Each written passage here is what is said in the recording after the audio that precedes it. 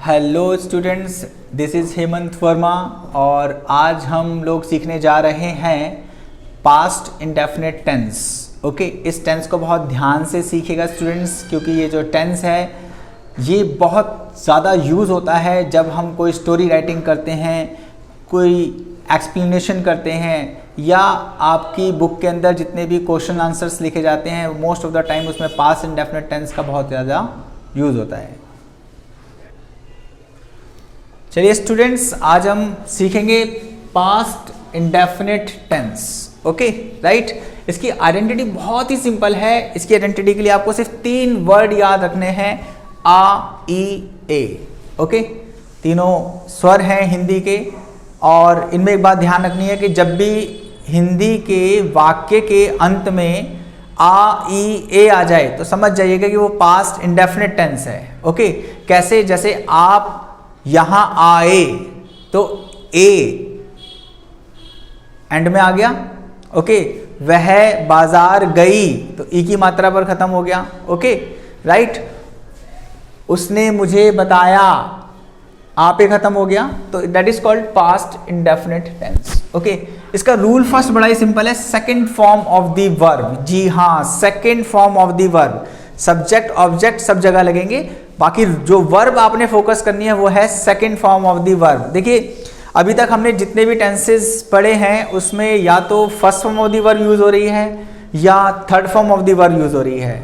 ये इंग्लिश का एकमात्र ऐसा टेंस है जिसमें second form of the verb apply होती है, और वो भी सिर्फ सिंपल सेंटेंसेस में। ये भी बात ध्यान रखिएगा, सिर्फ सिंपल सेंटेंसेस में second form of the verb apply होती है। ओके, जैसे ही सेंटेंस नेगेटिव हो जाता है या जैसे ही सेंटेंस इंट्रोगेटिव हो जाता है, वहां पर हम क्या करते हैं, did plus first form of the verb का यूज करते हैं।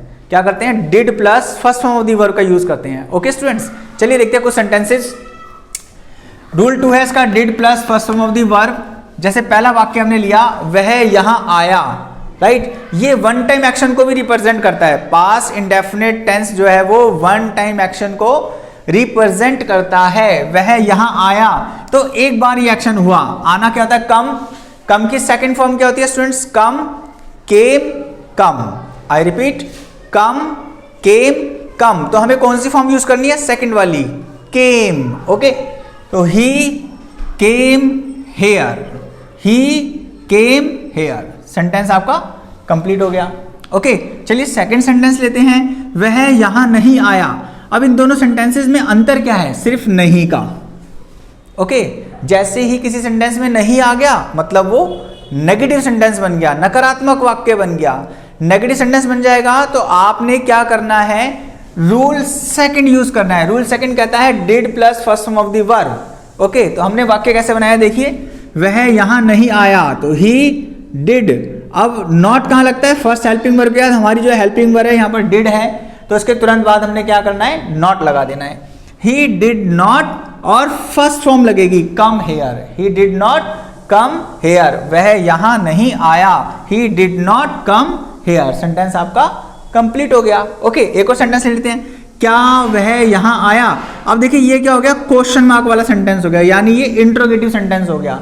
तो मैंने आपको क्या बताया है, जैसे ही आपके वाक्य नेगेटिव हो जाएं या फिर क्वेश्चन मार्क वाले इंट्रोगेटिव हो जाएं, उस केस में आपने क्या करना है? Did plus first form of the verb का यूज करना है। ओके, डिड को उठा के सबसे आगे, डिड ही कम हेयर।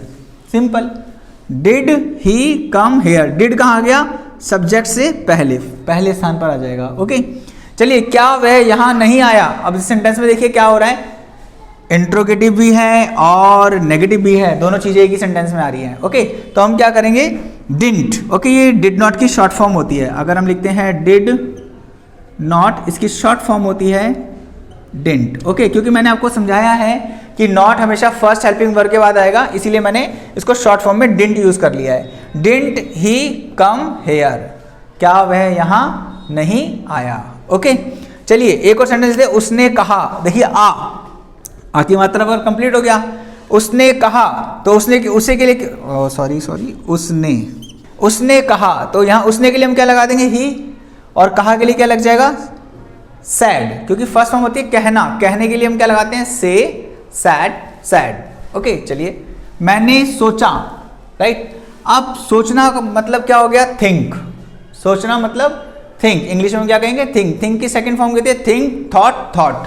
तो मैंने के लिए क्या लगाते हैं, आई, और सेकंड फॉर्म लगानी, सिंपल सेंटेंस है तो आई थॉट, वाक्य बन गया, आई थॉट, मैंने सोचा, हमने उसे बताया।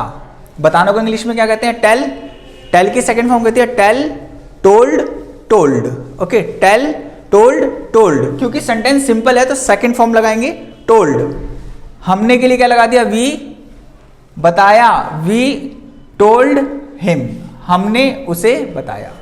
ओके, तो इस तरह से आपका पास्ट इंडेफिनिट टेंस जो है वो यहाँ पर कंप्लीट होता है। इसको प्रैक्टिस कीजिए, टेंसेस को आप अप्लाई कीजिए, ट्रांसलेशन कीजिए, आपकी इंग्लिश इंप्रूव हो जाएगी। Thank you.